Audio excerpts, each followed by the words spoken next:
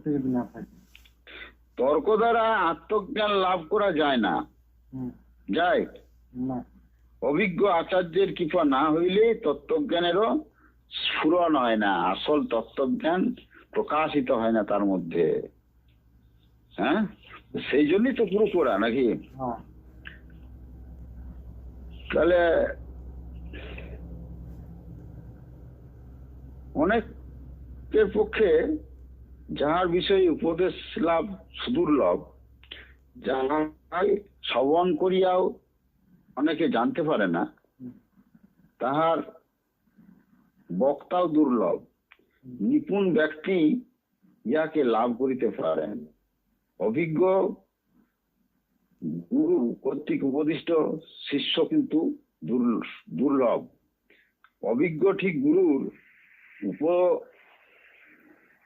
উপদিষ্ট মানে উপদেশ যে দিবেন তিনি, আর নিবেন যে সেরকম শিষ্য পাওয়াও দুর্লভ, সহজে পাওয়া যায় না। গীতা পড়া এক, আর গীতা বুঝা অন্য কথা। হৃদয়ঙ্গম করিতে হইলে আরো একটি হৃদয়ের সঙ্গে সর্বাগ্রে যোগ প্রয়োজন। সব জানতে গেলে আর একটা হৃদয়ের সঙ্গে সর্বাগ্রে যোগ প্রয়োজন। সেই যোগটা হলে পরে গীতাটা বুঝতে পারবো।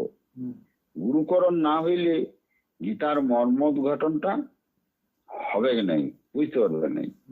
গীতাকে তার জন্য একটা কথা বলেছে, গুরু শিষ্য সংবাদ বলা হয়েছে গীতাকে।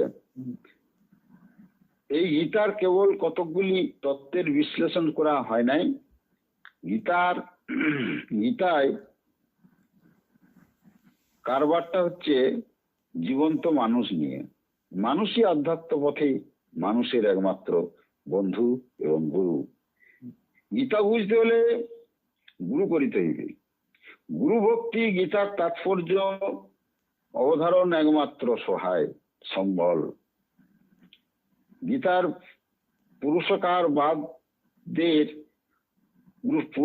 যে বাদ, তাদের বিশেষ লক্ষ্য তাহাদিগকে দিব্য চক্ষু ঠিক তাৎপর্য অনুধাবন করিতে বিশেষ অনুরোধ করি, যে দিব্য চক্ষু লাভ তোমাকে দিলাম।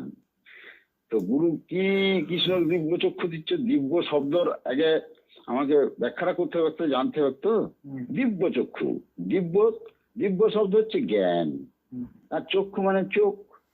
জ্ঞান দ্বারাই যে তোমার চোখটা খুলছে, তুমি জ্ঞানটা থাকলে তুমি সব জিনিসগুলোই বুঝতে পারবে, দেখতে পাবে। জয় গুরু, জয় গুরু।